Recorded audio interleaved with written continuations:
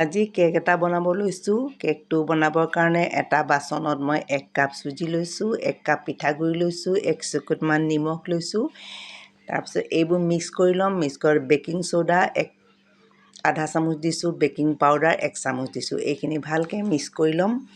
ইয়াৰ পিছত মই দিম এটা কোকো পাউডাৰ 1 কাপ আৰু কফি আধা চামুচ। এইখিনি এই চেকনিখন ভালকৈ চালি ল'ম, তেতিয়া মিহি হ'লে বস্তুটো ভাল হয়। নহ'লে গোটা গোটা ৰৈ গ'লে মানে কেকটো মানে ফাটি যাব আৰু খাবলৈও বেয়া হ'ব, গোটা গোটা হৈ থাকিব। সেইকাৰণে মিক্সটো সদায় ভাল হ'ব লাগে। এইদৰে এনেকৈ চালি লৈছোঁ। এইখিনি হোৱাৰ পিছত মই দিম এতিয়া ভালকৈ এনেকৈ মিক্স কৰি পিনে ইয়াত মই গাখীৰ 1 কাপ দিম। এই গাখীৰ 1 কাপ দিও অলপ লৰাই ল'ম। এইদৰে মিক্স কৰিম। লগতে দিম মই 1 কাপ ৰিফাইন অইলো দিম।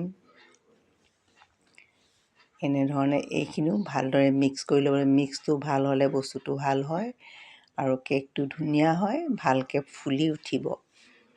নহ'লে মানে চেপেটা হৈ থাকিব, কিন্তু এফালে জ্বলি যাব বা কিবা এটা তেনেকুৱা ধৰণৰ হয়। সেইকাৰণে একেটা পাকতে এনেকৈ আমি ঘূৰাই ঘূৰাই এটা পৰ্যায় পাব লাগিব, যিটো নেকি বস্তুটো মিক্সটো ভাল হয়। এইখিনি সময়লৈকে যাতে ইয়াৰ লেয়াৰটো ভালদৰে মিক্স হয়। এতিয়া এনেকৈ ঘূৰাই ঘূৰাই এটা পাকতে ঘূৰাই ঘূৰাই মোৰ হৈ গৈছে। এনেকৈ 15 মিনিটমান আপুনি ঘূৰাই থাকিব। তাতকৈ বেছি ঘূৰাই থাকিলেও কোনো কথা নাই।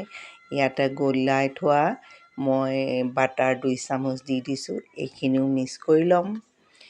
বাটাৰটো দিলে খাবলৈ অলপ ভাল লাগে, গোন্ধটো ভাল। এটা চচপেনত মই এতিয়া বাটাৰ ঘঁহি লৈছোঁ, যাতে কেকটো লাগি নধৰে। আৰু এনেকৈ বহাই ভাপতহে দিছোঁ দেই। এতিয়া ভাপত দিয়া হৈ গ'ল। মই এতিয়া কেকটো এনেধৰণে এৰুৱাবলৈ লৈছোঁ।